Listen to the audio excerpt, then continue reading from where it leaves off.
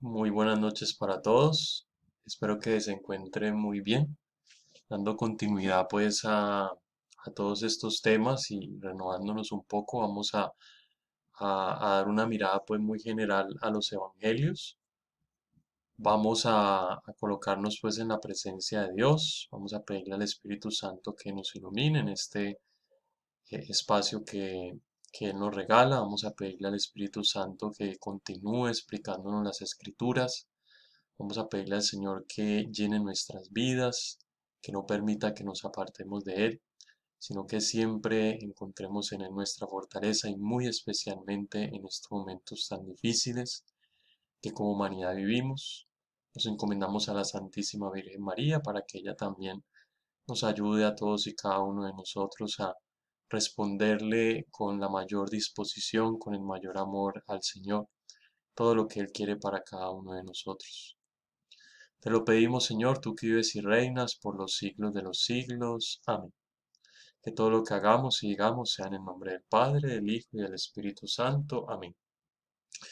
Entonces, como ya les decía, una vez habiendo abordado un poco el tema de los milagros, que de pronto lo vamos a tocar un poco ahorita, otra vez más, vamos a dar una mirada muy general a los evangelios. Después tendremos el momento como para eh, digamos, profundizar un poco de ellos en su estructura. Entonces, ahorita lo que vamos a hacer es un poco una mirada muy corta, un poco superficial, aunque pues no tanto. Vamos a destacar ciertas partes o ciertos aspectos que van a ser muy importantes. Entonces, antes de comenzar, es muy importante que nosotros tengamos en cuenta lo siguiente y es cómo se elabora y cómo se lleva la escritura de un relato en los evangelios, ¿sí?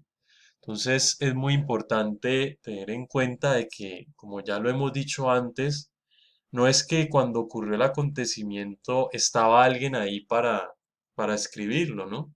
Sino que la escritura, y muy especialmente aquí en los evangelios, en el Nuevo Testamento, pues va a tomar unos años, va a tomar unos años. Entonces yo sí quisiera como repasar eso, ¿sí? Para que lo tuviéramos en cuenta. Entonces hay un tiempo que ha pasado desde el acontecimiento real que se vivió hasta lo que va a ser el acontecimiento escrito. Entonces, ¿qué es el acontecimiento real para nosotros que nos compete pues en los evangelios? La vida pública de Jesús, sus enseñanzas, los milagros que realizó y ante todo, y creo que eso es lo más importante, la pasión, muerte y resurrección, ¿no? Después viene una transmisión oral por parte de los apóstoles, que fueron los primeros testigos, ¿sí o no? Los primeros testigos que vivieron con nuestro Señor Jesucristo, ellos se encargaron pues de transmitir eso, los dichos y hechos que fueron más significativos de Jesús, que ellos, digamos, los consideraban como más importantes, y muy especialmente lo que nosotros conocemos como el querigma o el primer anuncio, ¿no? Creo que mayor ejemplo del querigma lo encontramos en el libro de los Hechos de los Apóstoles, en el capítulo 2, versículos 14 al 40, que es después de Pentecostés, ¿no?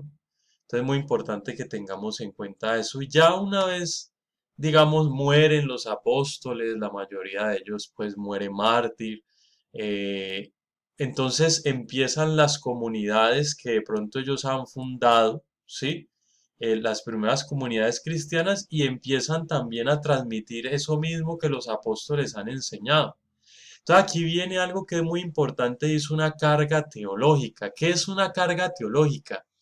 Es ver el obrar de Dios en ese acontecimiento, en ese milagro, en esa enseñanza que dio Jesús, cómo obraba Dios para salvar a los hombres, para salvar a esa comunidad. Y cómo ese acontecimiento también es presente, a pesar de que ocurrió ya hace unos años atrás, cómo ese acontecimiento sigue afectando mi vida y qué es lo que me está diciendo. Entonces allí es esa carga teológica, ¿no? Cómo Dios actúa, pero también la carga sentimental, lo que los apóstoles, como lo va a decir Juan en su primera carta, vimos, tocamos, con quien hablamos, eso es lo que damos a conocer, y la carga pues psicológica, ¿sí?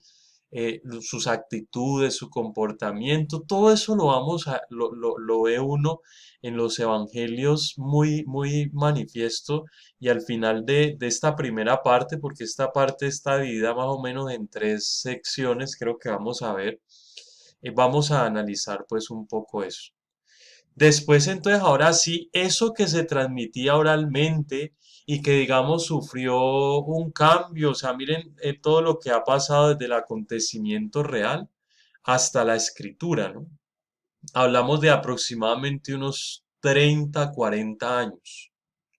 Entonces, o sea, no es que el acontecimiento real se distorsione, quizá no hablemos de una distorsión. Hablemos de que el acontecimiento se carga con un mensaje teológico. No, ahora un mensaje teológico que no era para la gente que vivió el acontecimiento solamente, sino también para quienes ahora lo están viendo desde una perspectiva más alejada, ¿no? Años más adelante. Entonces, se pone por escrito porque había que fortalecer la fe porque en aquel entonces comienza la gran persecución y lo otro era que había que organizar el mensaje, ¿sí? El mensaje pues que el Señor quería transmitir a cada uno de nosotros, entonces el Evangelio. Y finalmente se fija el canon del Nuevo Testamento. ¿Qué es el canon? Es la norma, ¿sí? Aquellos textos que van a ser catalogados como palabra de Dios. Hay que decirlo que por esa época se escribieron muchos escritos, ¿no? Pero la misma comunidad, los primeros obispos, los sucesores de los apóstoles, empezaron a utilizar unos textos más que otros. Entonces allí se empezó a catalogar unos textos como palabra de Dios y otros escritos, pues no. A esos escritos es lo que nosotros hemos conocido como escritos apócrifos, como el Evangelio de Santiago, por allí surgió pues mucho tiempo después que el Evangelio de María Magdalena. Entonces, esos son escritos apócrifos que no se consideran inspirados por Dios. Se sacan informaciones pues de allí, se toma también un poco de información de allí, pero no se considera como un libro inspirado. Entonces, eso es lo que pasa. Entonces, yo quiero que tengamos en cuenta esto porque con base a eso es que analizamos nosotros este tema. Esto es importante. Si bien se hace referencia a un autor del Evangelio, por ejemplo, cuando decimos Evangelio según San Juan o Evangelio según San Lucas, uno dice, no, fue un autor y el autor se llamó Lucas. No, no. Es también entender de que al igual que pasó como en los libros del Antiguo Testamento que nosotros lo veíamos, pues varios autores, digamos que participaron en la elaboración de esos evangelios. Entonces hay que tener pues muy, muy presente estas indicaciones, ¿no? Que también hubo varios autores. Bueno, entonces empecemos. Aquí vemos nosotros, pues, muy, muy importante em, este, pues, el primer evangelista se dice que es el primer evangelio, pues, que se elaboró, que se escribió, que es el Evangelio según San Marcos. Este escrito se le atribuye al discípulo, un discípulo de Pedro, que se llamó Juan Marcos, y lo encontramos en Hechos de los Apóstoles, capítulo 15, versículos 39. La fecha de escritura se ubica entre el año 50 y 65 después de Cristo aproximadamente. ¿Y a quién va dirigido esto? Esto es muy importante. ¿A quién va dirigido los escritos? Los escritos siempre van a tener como una dirección, a qué tipo de personas pues va a ser el autor pues referencia. Entonces, se dirige a los cristianos, los primeros cristianos provenientes pues del paganismo. ¿sí? Se dice pues que se escribió en Roma, ¿sí? Em, es muy bonito, de pronto ustedes no lo han visto en algunos templos, pero al Evangelio de Marcos se le identifica con la figura de un león. Y estas identificaciones se relacionan con el principio de los evangelios. Entonces, el Evangelio según San Marcos, miren que él no toca nada de la infancia de Jesús, sino que comienza con la predicación de Juan el Bautista en el desierto. Y se tenía la idea de que el león era un animal, pues, del desierto. Entonces, por eso a Marcos, como ustedes lo ven ahí en la imagen de arriba, se le identifica. Entonces, miren que es un león sosteniendo un libro, que es el Evangelio. Entonces, no es que haya un error o algo, es la iconografía y cómo lo simboliza. Este evangelio gira en torno a una pregunta: ¿quién es Jesús? Se pretende desvelar el secreto mesiánico que tendrá su respuesta en lo alto de la cruz. Cuando Jesús muere, entonces el centurión o el soldado pues que lo vio va a proclamar: verdaderamente este hombre era el Hijo de Dios. Verdaderamente este hombre era el Hijo de Dios. Entonces, es muy importante tener en cuenta eso porque, bueno, el Evangelio de Marcos es el más corto de todos. Va a haber siempre como un misterio en torno a la figura de Jesús, ¿sí? Jesús es muy misterioso, se va pues a encontrar mucho esta cuestión de que, perdón, de que los discípulos, su familia, o sea, a Jesús no lo va a entender la gente de buenas a primeras. Sus discípulos, pues no, va a haber varios textos que van a terminar así. Y sus discípulos no comprendieron lo que él les decía. Y sus discípulos no entendieron tal cosa. Y sus discípulos estaban como ciegos y no querían ver tal cosa. O tenemos, por ejemplo, el texto de Marcos 3:21, donde se nos habla de que la propia familia había ido a buscarlo porque simplemente pues consideraban de que él estaba loco, de que estaba loco. Entonces, la verdad es que Marcos va a presentar a un Jesús muy humano, ¿sí?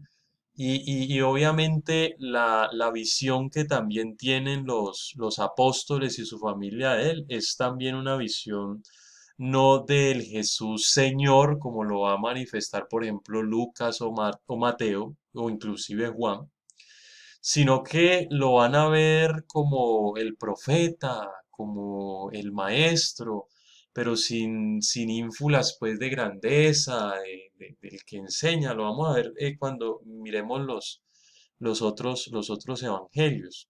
Entonces, claro, Jesús siempre va a ser un misterio. Cuando él pregunta: ¿y quién dice la gente que soy yo? ¿Y ustedes quién dice que soy yo? Em, a Jesús pues siempre entonces dicen, bueno, será un guerrero, será uno de esos profetas del Antiguo Testamento. ¿Y en dónde se va a manifestar verdaderamente la identidad de Jesús? En su sacrificio en la cruz. Y noten que quien reconoce que verdaderamente Jesús es el Hijo de Dios no va a ser un apóstol, lo hace un soldado romano, que es el que estaba allí. Eso en Marcos no es opcional o no es algo accidental, él lo da a entender así, pues porque Jesús permanece como desconocido para los propios, pero él lo va a identificar. Entonces, esto es, digamos, digamos un resumen del Evangelio según San Marcos para que lo tengamos en cuenta. Vamos a continuar con el Evangelio